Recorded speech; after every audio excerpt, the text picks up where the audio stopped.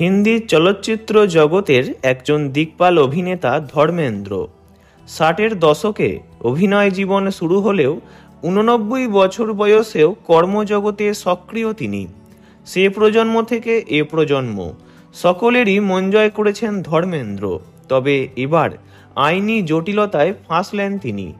প্রতারণার মামলায় প্রবীণ বলিউড অভিনেতা ধর্মেন্দ্রকে সমন পাঠালো দিল্লির আদালত। অভিযোগ, দিল্লির রেস্তোরাঁ গরম ধরম ধাবায় বিনিয়োগের নাম করে প্রতারণা করেছেন অভিনেতা। দিল্লিরই এক ব্যবসায়ীর অভিযোগের ভিত্তিতে এই পদক্ষেপ গ্রহণ করেছে আদালত। ধর্মেন্দ্রর পাশাপাশি আরও দুজনকে ওই সমন পাঠানো হয়েছে বলে জানা যাচ্ছে। সমনটি জারি করেছেন পাটিয়ালা হাউস আদালতের জুডিশিয়াল ম্যাজিস্ট্রেট জসদীপ চাহাল। 2025 সালের ফেব্রুয়ারি মাসে ওই মামলার শুনানি শুরু হবে। আদালত সূত্রে জানা গিয়েছে, কয়েক বছর আগে অভিনেতা ধর্মেন্দ্র ওরফে ধরম সিং দেওয়াল সহ 3 জনের বিরুদ্ধে মামলা দায়ের করেছিলেন দিল্লির ব্যবসায়ী সুশীল কুমার। তার দাবি, গরম ধরম ধাবা নামে এক রেস্তোরাঁর ব্যবসায় বিনিয়োগের নাম করে তার সঙ্গে প্রতারণা করেছেন অভিনেতা।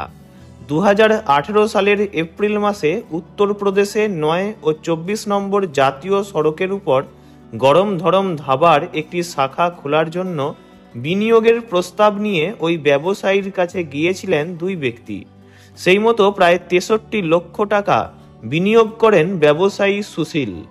রেস্তোরাঁর জন্য ওই বছরই সেপ্টেম্বর মাসে নাকি একটি জমিও কেনা হয়, কিন্তু ওই ব্যবসায়ী সেই জমি কখনোই দেখেননি।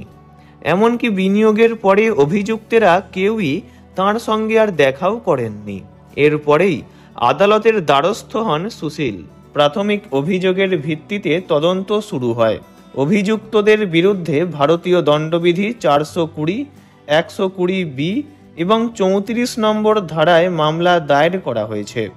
ধর্মেন্দ্র ছাড়া বাকি দুজনের বিরুদ্ধে প্রতারণার মামলার পাশাপাশি অপরাধমূলক কার্যকলাপ এবং ভয় দেখানোর অভিযোগও রয়েছে। তাঁদের বিরুদ্ধে IPC 506 ধারাতেও মামলা হয়। আগামী 20 ফেব্রুয়ারি ওই মামলায় শুনানি রয়েছে। ভিডিওটি এই পর্যন্তই। বিনোদন জগতের সব রকম খবরাখবর জানতে চ্যানেলটি অবশ্যই সাবস্ক্রাইব করবেন। ধন্যবাদ।